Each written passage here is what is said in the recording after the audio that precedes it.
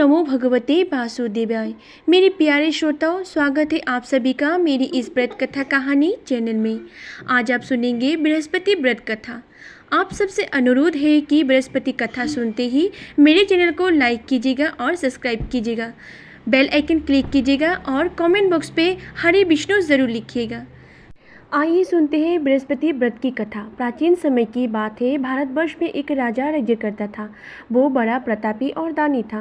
वो नित्य गरीबों और ब्राह्मणों की सहायता करता था। वो प्रतिदिन मंदिर में भगवान दर्शन करने जाता था, परंतु यह बात उसकी रानी को अच्छी नहीं लगती थी। वो ना ही गरीबों में दान देती थी और ना ही कभी भगवान का पूजन करती थी, और राजा को भी ऐसा करने के लिए मना ही करती थी। एक दिन राजा शिकार खेलने वन को गए हुए थे। तब तो रानी और दासी महल में अकेले ही थी। उसी समय बृहस्पति देव साधु वेश में राजा की भिक्षा के लिए गए और भिक्षा मांगी तो रानी ने भिक्षा देने के लिए इनकार कर दिया और कहा कि हे साधु महाराज, मैं दान पुण्य से तंग आ गई हूँ। इस कार्य के लिए मेरा पतिदेव भी बहुत है और अब आप ऐसी कृपा करिए सारा धन नष्ट हो जाए तथा मैं आराम से रह सकूँ। साधु ने कहा, देवी तुम तो बड़ी विचित्र हो। धन संतान से कोई भी दुखी नहीं होता है, इसको सभी चाहते हैं। पापी भी पुत्र और धन की इच्छा करता है। यदि तुम्हारे पास अधिक धन हो तो भूखे मनुष्य को भोजन करवाओ, पुआल लगवाओ, ब्राह्मणों को दान दो, कुआं तालाब बावड़ी बाग बगीचे आदि का निर्माण करवाओ, मंदिर पाठशाला धर्मशाला बनवाओ, दान करो, निर्धन कुंवारी को कन्या को विवाह कराओ और साथ ही यज्ञ आदि कर्मों करो। अपने धन को शुभ कार्य में खर्च करो। ऐसा करने से तुम्हारा नाम परलोक में सार्थक होगा एवं स्वर्ग की प्राप्ति होगी। परंतु रानी पर उपदेश का कोई प्रभाव न पड़ा। वो बोली, महाराज, मुझे ऐसे धन की आवश्यकता ही नहीं है जिसको मैंने अन्य लोगों को दान देते, जिसके रखने और संभालने में मेरा सारा समय ही नष्ट हो जाए। अब आप ऐसी कृपा करें कि सारा धन नष्ट हो जाए तथा मैं आराम से रह सकूं। साधु ने उत्तर दिया, यदि तुम्हारी ऐसी ही इच्छा है तो जैसे मैं तुम्हें बताती हूँ तुम वैसे ही करना। बृहस्पतिवार को घर को गोबर से लिपना, अपने केशों को पीली मिट्टी से धोना, केशों को धोते समय स्नान करना, राजा से कहना वो हजामत बनाए, भोजन में मांस मदिरा खाना, कपड़ा धोबी के यहाँ धुलने देना। ऐसा करने से 7 बृहस्पतिवार में आपका सारा धन ही नष्ट हो जाएगा। इतना कहकर वो साधु महाराज वहाँ से अंतर्धान हो गए।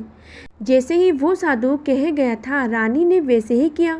3 बृहस्पतिवार की ही बात थी कि उसका समस्त धन संपत्ति ही नष्ट हो गई और भोजन के लिए दोनों तरसने लगे, सांसारिक भोगों से दुखी रहने लगे तथा वो राजा रानी से कहने लगी कि तुम यहाँ पर रहो, मैं दूसरे देश में जाऊँ, क्योंकि यहाँ के सब लोग ही मुझे जानते हैं, इसलिए मैं कोई छोटा कार्य नहीं कर सकता। ऐसा कहकर राजा परदेश चला गया। वहाँ जंगल को जाता और लकड़ी काट कर लाता और शहर में बेचता। इस तरह जीवन व्यतीत करने लगा। इधर राजा के बिना रानी और दासी दुखी रहने लगी। किसी दिन भोजन मिलता और किसी दिन जल पीकर ही रह जाती। एक समय जब रानी और दासियों ने 7 दिन बिना भोजन कर रहना पड़ा तो रानी ने अपनी दासी से कहा, हे दासी, पास ही के नगर में मेरी बहन रहती है, वो बड़ी धनवान है, तू उसके पास जा और 5 सेर बेजर में मांग के लेके आ, ताकि कुछ समय के लिए थोड़ा बहुत गुजर बसर हो जाए। दासी रानी ने रानी की बहन के पास गई। उस दिन बृहस्पतिवार था। रानी का बहन उस समय बृहस्पतिवार की कथा सुन रही थी। दासी ने रानी की बहन को अपनी रानी के संदेश दिया, लेकिन रानी की बहन ने कोई उत्तर ही नहीं दिया। जब दासी को रानी की बहन से कोई उत्तर नहीं मिला तो वो बहुत दुखी हुई, उसे क्रोध भी आया। दासी ने वापस आकर रानी को सारी बात बता दी।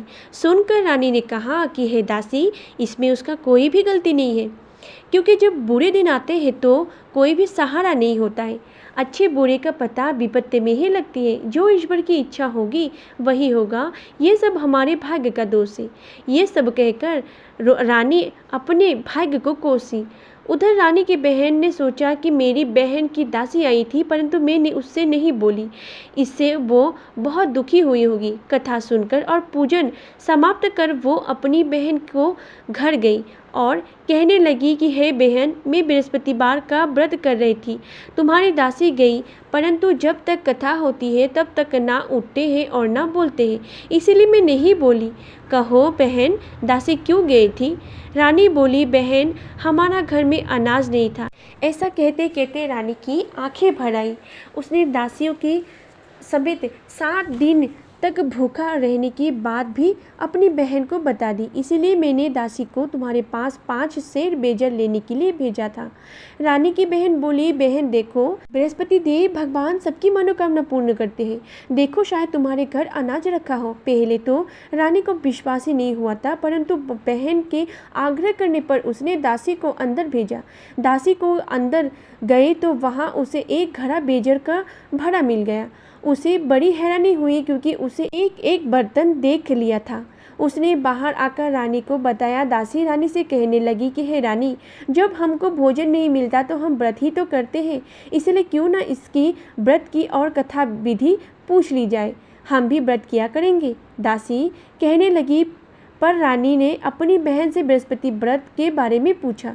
उसकी बहन ने बताया, बृहस्पतिवार के दिन व्रत में चने की दाल, गुड़ और मुनक्का से विष्णु भगवान का केले के वृक्ष तथा जल में पूजन करे तथा दीपक जलाए और कथा सुने। उस दिन एक ही समय भोजन करे। भोजन पीले खाद्य पदार्थ का करे।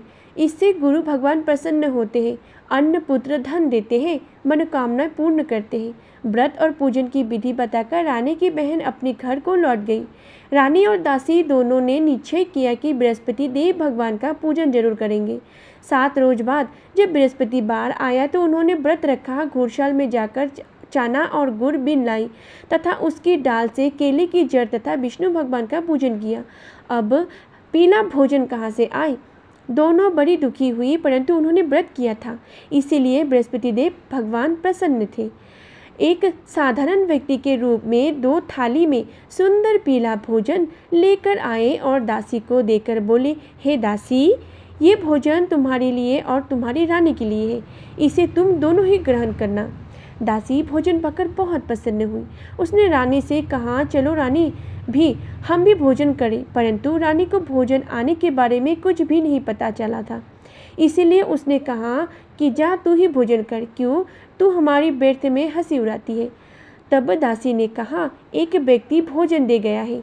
तब रानी ने कहा, वो व्यक्ति तेरे लिए ही भोजन दे गया है, जा तू भोजन कर ले।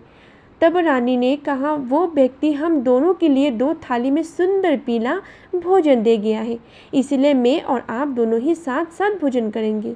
ये सुनकर रानी बहुत प्रसन्न हुई तथा दोनों ने गुरु भगवान को नमस्कार कर भोजन प्रारंभ किया।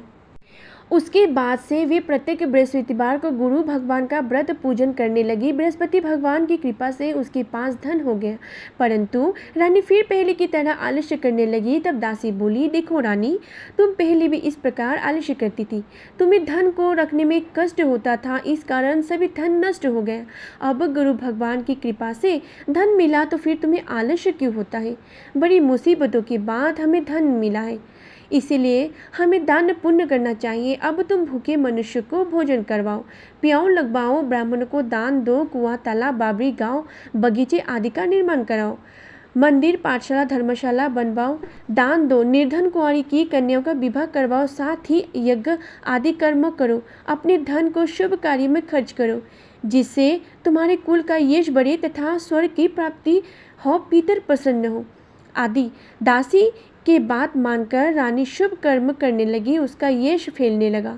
एक दिन रानी और दासी आपस में विचार करने लगी कि ना जाने राजा किस दशा में होगी, उनकी कोई खोज खबर भी नहीं है। उन्होंने श्रद्धापूर्वक गुरु भगवान से प्रार्थना की कि राजा जहाँ कहीं भी हो शीघ्र वापस आ जाए। उसी रात्रि को बृहस्पति देव ने राजा के स्वप्न में कहा कि हे राजा, उठ, तेरी रानी तुझको याद करती है, अपने देश को लौट जा। राजा प्रातःकाल उठा और जंगल से लकड़ी काटने के लिए जंगल में चल पड़ा। जंगल से गुजरते हुए विचार करने लगा रानी की गलती से उसे कितने दुख भोगने पड़े। राजपाट छोड़कर जंगल रहना पड़ा, जंगल से लकड़ी काटकर शहर में बेचकर गुजारा करना पड़ा और अपनी दशा को याद करके व्याकुल होने लगा। उसी समय राजा के पास बृहस्पति देव साधु के वेश में आकर बोले, हे लकड़हारे, तुम इस सुनसान जंगल में किस चिंता में बैठे हो, मुझे बतलाओ। यह सुन राजा के नेत्र में जल भर आए। साधु की वंदना करके राजा ने अपनी संपूर्ण कहानी सुना दी। महात्मा दयालु होते हैं, वे राजा से बोले, हे राजन, तुम्हारी पत्नी ने बृहस्पति देव की प्रति अपराध किया था, जिसके कारण तुम्हारी यह दशा हुई। अब तुम चिंता मत करो, भगवान तुम्हें पहले से अधिक धन देंगे। देखो, तुम्हारी पत्नी ने बृहस्पतिवार का व्रत प्रारंभ कर दिया है। अब तुम भी बृहस्पतिवार का व्रत चने की दाल, गुड़ और मुनक्का से विष्णु भगवान को केले के वृक्ष की जड़ में पूजन करो तथा दीपक जलाएं और कथा सुने। उस दिन एक ही समय भोजन करें, भोजन पीले खाद्य पदार्थ के करें। भगवान तुम्हारी सब मनोकामना को पूर्ण करेंगे। साधु की बात सुनकर राजा बोले, हे प्रभु, लकड़ी बेचकर तो इतना भी पैसा नहीं मिलता जिससे भोजन के उपरांत कुछ बचा सकूं। मैंने अपनी रानी को स्वप्न में व्याकुल देखा है। मेरे पास कोई साधन नहीं जिससे उसका समाचार जान सकूं। फिर मैं कौन सी कहानी कहूँ, ये भी मुझे मालूम नहीं है। साधु ने कहा, हे राजा, मन में बृहस्पति भगवान के पूजन व्रत का निश्चय करो, वे स्वयं ही तुम्हारे लिए कोई राह बना देंगे। बृहस्पतिवार के दिन तुम रोजाना की तरह लकड़ियाँ लेकर शहर में जाना। तुमको रोजाना से दुगना धन मिलेगा, जिससे तुम भली भांति भोजन कर लोगे तथा बृहस्पति देव की पूजा का सामान भी आ जाएगा। जो तुमने बृहस्पतिवार की कहानी के बारे में पूछा है वो इस प्रकार है। प्राचीन काल में एक बहुत ही निर्धन ब्राह्मण था। उसके कोई संतान नहीं था। वो नित्य पूजा पाठ करता, उसकी स्त्री स्नान करती और ना ही किसी देवता का पूजन करती। इस कारण ब्राह्मण देवता बहुत दुखी रहते थे। अपनी पत्नी को बहुत समझाते किंतु उसका कोई परिणाम ना निकलता। भगवान की कृपा से ब्राह्मण के यहाँ एक कन्या का उत्पन्न हुई। कन्या बड़ी होने लगी। प्रातः स्नान करके वो भगवान विष्णु का जप करती, बृहस्पतिवार की व्रत भी करने लगी। पूजा पाठ समाप्त कर पाठशाला जाती तो अपनी मुट्ठी में जौ भर के ले जाती और पाठशाला के मार्ग में डालती जाती। लौटते समय वही जो स्वर्ण के हो जाते उनके बीन कर घर ले आती। एक दिन वो बालिका सूप में उन सोने को जो को फटक रही थी, साफ कर रही थी कि तभी उसकी माँ ने देख लिया और कहा, हे बेटी, सोने की जौ को फटकने के लिए सोने का सूप होना चाहिए। दूसरे दिन गुरुवार था। कन्या ने व्रत रखा, बृहस्पति भगवान से सोने का सूप देने की प्रार्थना की और कहा कि हे प्रभु, यदि सच्चे मन से मैंने आपकी पूजा की हो तो मुझे सोने का सूप दे दो। बृहस्पति देव ने उसकी प्रार्थना स्वीकार कर ली। रोजाना की तरह वो कन्या जो फैलाती हुई पाठशाला चली गई। पाठशाला से लौटकर तब बृहस्पति भगवान की कृपा से उसे सोने का सूप मिला। उसे वो घर ले आई और उससे जो साफ करने लगी, परंतु उसकी माँ का वही दंग रह गया। एक दिन की बात है, कन्या सोने के सूप में जो को साफ कर रही थी, तभी उस समय उस नगर का राजकुमार बाहर से निकला। कन्या के रूप और क्या कार्यों को देखकर वो उस पर मोहित हो गया। राजमहल आकर वो भोजन तथा जल त्याग कर उदास होकर लेट गया। राजा को जब राजकुमार द्वारा अन्न जल त्यागने का समाचार तथा ज्ञात हुआ तो अपने मंत्रियों के साथ वो अपने पुत्र के पास गया और पूछा, हे बेटा, तुम्हें किस बात की कष्ट है? किसी ने तुम्हारा अपमान किया है अथवा कोई और कारण से मुझे बताओ, मैं वही कार्य करूँगा जिससे तुम्हें प्रसन्नता हो। अपने पिता की बातें सुनकर राजकुमार बोले, हे पिताजी, मुझे किसी बात की कोई दुख नहीं है, किसी ने मेरा अपमान भी नहीं किया है, परंतु मैं उस लड़की के साथ विवाह करना चाहती हूँ जो सोने के सुख में जो को साफ कर रही थी। राजकुमार ने राजा के उस लड़की के घर का पता भी बता दिया। मंत्री उस लड़की के घर गया। मंत्री ने ब्राह्मण के समक्ष राजा की और से निवेदन किया। कुछ ही दिन बाद ब्राह्मण की कन्या का विवाह राजकुमार के साथ संपन्न हो गया। कन्या के घर से जाते ही ब्राह्मण के घर में पहले की भांति गरीबी का निवास हो गया। एक दिन दुखी होकर ब्राह्मण अपनी पुत्री से मिलने गए। बेटी ने पिता की आवश्यकता को देखकर और अपनी माँ का हाल पूछा। ब्राह्मण ने सभी हाल कह सुनाया। कन्या ने बहुत सा धन देकर अपने पिता को विदा किया, लेकिन कुछ दिन बाद फिर वही हाल हो गया। ब्राह्मण फिर अपनी कन्या के यहाँ गया और सभी हाल कहने लगी। पुत्री बोली है, पिताजी आप माता जी को यहाँ लिवा लाओ, मैं उन्हें वो विधि बता दूंगी जिससे गरीबी दूर हो जाए। ब्राह्मण देवता अपनी स्त्री को साथ लेकर अपनी पुत्री के पास राजमहल पहुँचे तो पुत्री अपनी माँ को समझाने लगी कि हे माँ, तुम प्रातःकाल स्नान आदि करके विष्णु भगवान का पूजन करो और बृहस्पतिवार का व्रत करो तो सब दरिद्रता दूर हो जाएगी। परंतु उसकी माँ ने उसकी एक भी बात नहीं मानी। वो प्रातःकाल उठकर अपनी पुत्री का बचा हुआ जूठन खा लेती थी। एक दिन उसकी पुत्री को बहुत गुस्सा आया। उसने अपनी माँ को एक कोठरी में बंद कर दिया। प्रातः उसे स्नान आदि कराकर पूजा पाठ करवाया तो उसकी माँ की बुद्धि ठीक होगी। इसके बाद वो नियम से पूजा पाठ करने लगी और प्रत्येक बृहस्पतिवार को व्रत करने लगी। इस व्रत के प्रभाव से मृत्यु के बाद भी वह स्वर्ग में गई। वो ब्राह्मण भी सुखपूर्वक इस लोक का सुख भोगकर स्वर्ग प्राप्त हुए। इस तरह कहानी कहकर साधु बने देवता वहां से लोप हो गई। धीरे धीरे समय व्यतीत होने पर फिर बृहस्पतिवार का दिन आया। राजा जंगल से लकड़ी काटकर शहर में बेचने गया। उसे उस दिन से और दिनों से अधिक धन मिला। राजा ने चना गुड़ आदि लाकर बृहस्पतिवार का व्रत किया। उस दिन से उसके सभी क्लेश दूर हो गए, परंतु जब अगले गुरुवार का दिन आया तो वो व्रत ही करना भूल गया। इस कारण बृहस्पति भगवान नाराज हो गए। उस दिन उस नगर के राजा ने विशाल यज्ञ का आयोजन किया तथा अपने समस्त राज्य को घोषणा करवा दी कि सभी मेरे यहाँ भोजन करने आवे, किसी के घर चूल्हा न जलाए। जो इस आज्ञा को ना मानेगा उसको फांसी दी जाएगी। राजा की आज्ञा अनुसार राज्य के सभी वासी राजा के भोज में सम्मिलित हुए, लेकिन लकड़हारा कुछ देर से पहुंचा, इसीलिए राजा उसका अपने साथ महल में ले आए। जब राजा लकड़हारे को भोजन करा रहे थे तो रानी की दृष्टि उस खूंटी पर पड़ी जिस पर उसका हार लटका हुआ था। उसे हार खूंटी पर लटका हुआ दिखाई नहीं दिया। रानी को नीचे हो गया कि मेरे हार इस लकड़हारे ने ही चुरा लिया है। उसी समय सैनिक बुलाकर उसको जेल में डलवा दिया। लकड़हारा जेल में विचार करने लगे, न जाने कौन सी पूर्व जन्म कर्म से मुझे यह दुख प्राप्त हुआ है, और जंगल में मिले साधु को याद करने लगे। तत्काल बृहस्पति देव साधु के रूप में प्रकट हो गए और कहने लगे, अरे मूर्ख, तूने बृहस्पति देवता की कथा नहीं कही, उसी कारण तुझे यह दुख प्राप्त हुआ है। अब चिंता मत कर, बृहस्पतिवार के दिन जेलखाने के दरवाजे पर तुझे 4 पैसे मिले रहेंगे। उनसे बृहस्पतिवार की पूजा करना तथा तेरे सभी कष्ट दूर हो जाएंगे। अगले बृहस्पतिवार उसे जेल के द्वार पर 4 पैसे मिले। राजा ने पूजा का सामान मंगवाकर कथा कही और प्रसाद बांटा। उसी रात में बृहस्पति देव ने उस नगर के राजा को स्वप्न में कहा कि हे राजा, तूने जिसे जेल में बंद कर दिया है उसे कल छोड़ देना। वो निर्दोष है, वो राजा है। रानी का हार उसी खूंटी पर लटका हुआ है। अगर तू ऐसा नहीं करेगा तो तेरा सारा राज्य नष्ट कर दूंगा। राजा प्रातःकाल उठा और खूंटी पर टंगा देकर लकड़हारे को बुलाकर क्षमा मांगी तथा राजा के योग्य सुंदर वस्त्र आभूषण भेंट में उसे विदा किया। गुरुदेव की आज्ञा अनुसार राजा अपने नगर को चल दिया। राजा जब नगर निकट पहुंचा तो उसे बड़ा आश्चर्य हुआ। नगर के पहले से अधिक बाग, तालाब और कुएं तथा बहुत सी धर्मशालियाँ आदि बनी हुई हैं। राजा ने पूछा कि यह किसका बाग और धर्मशाला और मंदिर है। तब नगर के सब लोग कहने लगी कि ये सब रानी और दासी द्वारा बनाए गए हैं। तो राजा को आश्चर्य हुआ और गुस्सा भी आया।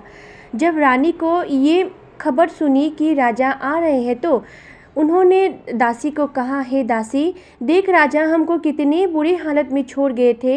हमारी ऐसी हालत देखकर कहीं लौट ना जाए, इसीलिए तू दरवाजे पर खड़ी हो जा। आज्ञा अनुसार दासी दरवाजे पर खड़ी हो गई। राजा आए तो उन्हें अपने साथ लिवा लाई। तब राजा ने क्रोध करके अपनी रानी से पूछा कि यह धन तुम्हें कैसे प्राप्त हुआ है। तब उन्होंने कहा, हमें ये सब धन बृहस्पति देव की इस व्रत के प्रभाव से प्राप्त हुआ है। राजा ने निश्चय किया कि 7 रोज बाद तो सभी बृहस्पति देव का पूजन करते हैं, परंतु मैं प्रतिदिन दिन में 3 बार कहानी तथा रोज व्रत करूंगा। अब हर समय राजा के दुपट्टे में चने की दाल बंधी रहती है तथा दिन में 3 बार कहानी कहती है।